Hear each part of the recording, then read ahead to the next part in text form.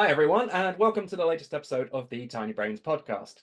I'm Kevin Joyce, CEO at Tiny Brains, and with me I have Peter Graham, the Brigadier of Brains at Tiny Brains. That is correct. Welcome. He said hello. Okay, so for those of you who haven't watched this before, basically what we do every week is we dive in and talk about the biggest stories in XR from the previous week. And we're going to kick straight off with an unusual turn of events over this past weekend. Two very prominent figures in the XR industry have been going at it on Twitter, or X. Well, yeah. It was John Carmack, who was he was CTO, wasn't he? Of Meta. Meta Oculus at the time. He was tweeting to someone else about Palmer Luckey and his unfortunate what would you say, exits from departure. Departure from Oculus, and this created quite a little bit of a furore over the weekend, didn't it, Kev? Because not only was it Carmack talking, Palmer also got involved, and so did Andrew Bosworth as well, the current CTO of Meta. Now, this was a discussion about the reasons for Luckey's departure from Meta and how it seems to have been politically motivated, as in it was due to Palmer Luckey, due to his political stance, and that this caused friction at Meta. The discussion went to about Zuck and how Mr. Zuckerberg apparently didn't care, and there was other people at Facebook/Meta that decided that Mr. Luckey didn't fit. Now, everyone's individual politics is their own concern. I've always argued that if you're a public figure at a company, perhaps your politics should be kept to yourself because you're representing that company. So you can, by all means, have your own social media accounts and whatever else, but be aware that if your politics don't align with the company that is employing you, they're not going to want to employ you. So, you're taking your political agenda is up to you. But if you're publicly displaying it while representing the company, don't be surprised that company isn't happy with you. Right? So whether this was about politics or not, it was interesting to see it all displayed, all laid bare in public on what is supposedly the most democratic public forum in the world right now. I'm not sure I agree with that. Well, yes. It was a little bit tit for tat, wasn't it? It almost seemed a little bit childish at points, how it was coming across. So it's well worth a read, though. If you've not read it, give it a look. Especially the point at which Boz says this isn't the right platform for it, and Mr. Luckey says, yes, it is. And it's like, oh, okay. Yeah, wants to be on Threads. Yeah. Anyway, nobody wants to be on Threads. Anyway, moving on. We have some interesting news for VRgineers, and Lockheed Martin. That doesn't sound good. Great introduction there, Kev. Great introduction. Yes, VRgineers are the Czech team. They're hardware manufacturers. They manufacture the X-Tal headset, have done for years, which is a 170-degree FOV headset that was originally designed, for VR gaming just in general, but has leaned towards the sort of flying simulation training aspect. And VRgineers have just announced that they are participating in a new program with Lockheed Martin to help train their pilots on the F-35 fighter jets. So that will mean that VRgineers will develop and deliver an unclassified next generation training simulators for Czech pilots training on the F-35s, which is, good for the company. So keeping politics out of this again, Lockheed Martin are obviously one of the biggest weapons manufacturers in the world. There's a lot of money here for VRgineers if they do it right. Yeah. They've been going for a good few years on this side of things. It's not the first time they've collaborated with like the US Air Force before and several other military contracts. So this is part and parcel of sort of their business model from now on, I think. But these are also the same guys that are involved with the Somnium VR1 headset, which is coming out later this year as well. These are the same guys that are developing this consumer PC VR headset. New VR headsets for everybody.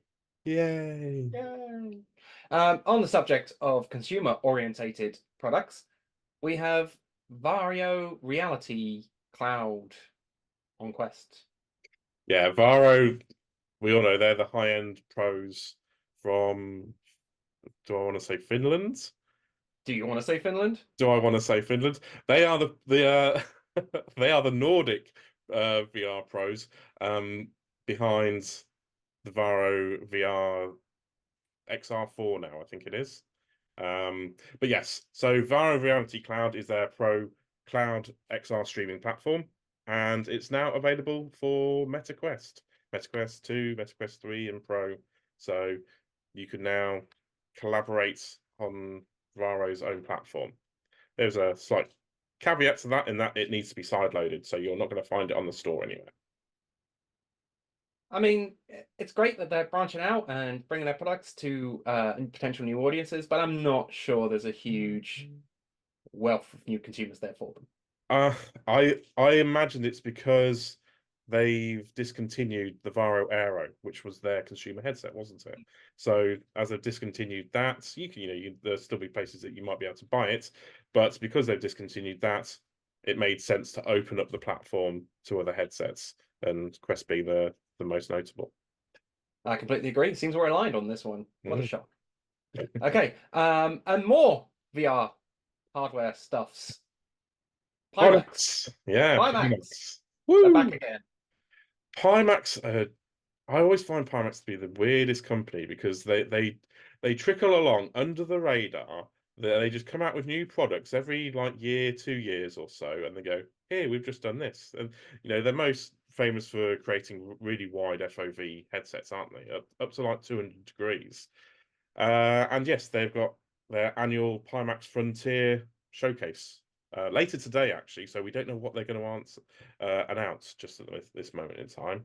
But these are the guys who've just released the Crystal, which is their standalone headset. They've also released the Portal, which is kind of like the Pimax Switch as such. And they've released countless headsets over the years, all PCVR based. So I expect something similar. So my first interaction with Pimax, oh so many years ago, was when they had modded both. The first one was Crisis. I think it was Crisis 3 to work on one of their headsets. And then subsequently they modded PT, if anyone knows what that is, to work on their VR headsets. And they gained great traction, not for the headset themselves, but for the fact that they were modding these games, these really high quality games, to work on their headset, which was a bizarre situation. But now that obviously they have got a line of established headsets that are very high performance. So good for them. Build their reputation. Yeah, exactly. Yes, they've pushed really high resolution, haven't they? In conjunction with wide FOV, so they've always had a niche market within the PC VR space. So I would have thought Frontier will have some similarly ridiculously spec'd PC VR headsets that you won't be able to run on anything other than a huge Titan 490 Nvidia thing. Yeah, I agree. So yeah, great. More high-end stuff. Trickle down economics, is that going to work in VR? I mean, build the high end first and then make the low end better, right? Quest 2 for $200. I mean, that's already working, right? Oh, exactly, yeah. So to round off, we've got, as we always do, we've got a new game announcement. Now, am I going to pronounce this correctly? Who knows? Alta? Alta? I Project generally 2. go with Alta, but Alta. Mhm. Alta Project 2. Mm. Tell me about it. From Studio Alta. These guys are most famous for A Township Tale, so the huge open world RPG that released, I think it was 2021 that it came out for Quest, and slightly before that for PC. So yeah, they've announced Alta Project 2. There's details a little bit sparse at the moment. Their main descriptor is that it's going to be a dark VR fantasy adventure. So what they've shown so far are a couple of videos, one devlog video, one sort of very brief teaser announcement video that shows dungeon crawling, physical combat with swords and magic, and skeletal warriors to fight against. So it sounds like it's going to be a bit more of the standard, run around darkened rooms, attacking all sorts of fantasy creatures. It does seem pretty generic high fantasy at this point, but you never know. Maybe, or I mean, after their previous work, obviously performed very well. So hopefully they're going to invest into this and make it something a bit unique.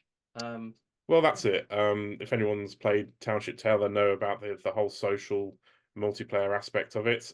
And this Project 2 will have a form of co-op mode. They have shown some sort of co-op.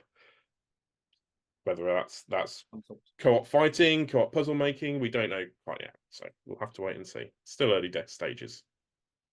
Yes, and I'm sure we'll be hearing more about this, presumably on this podcast in the future. So look forward to that. Okay, well, that's it for this week. Thank you very much, everybody, for watching or listening. If you're on Spotify, which we are, yeah, if you want to reach out to any of us, we've got plenty of ways to reach out to us. Go on, Pete. List them all. Go on. Reach Spending out. the entire Reach out podcast to listing us. them. That's it. Just not into the screen. All right. Thanks very much, everybody. We'll see you next week.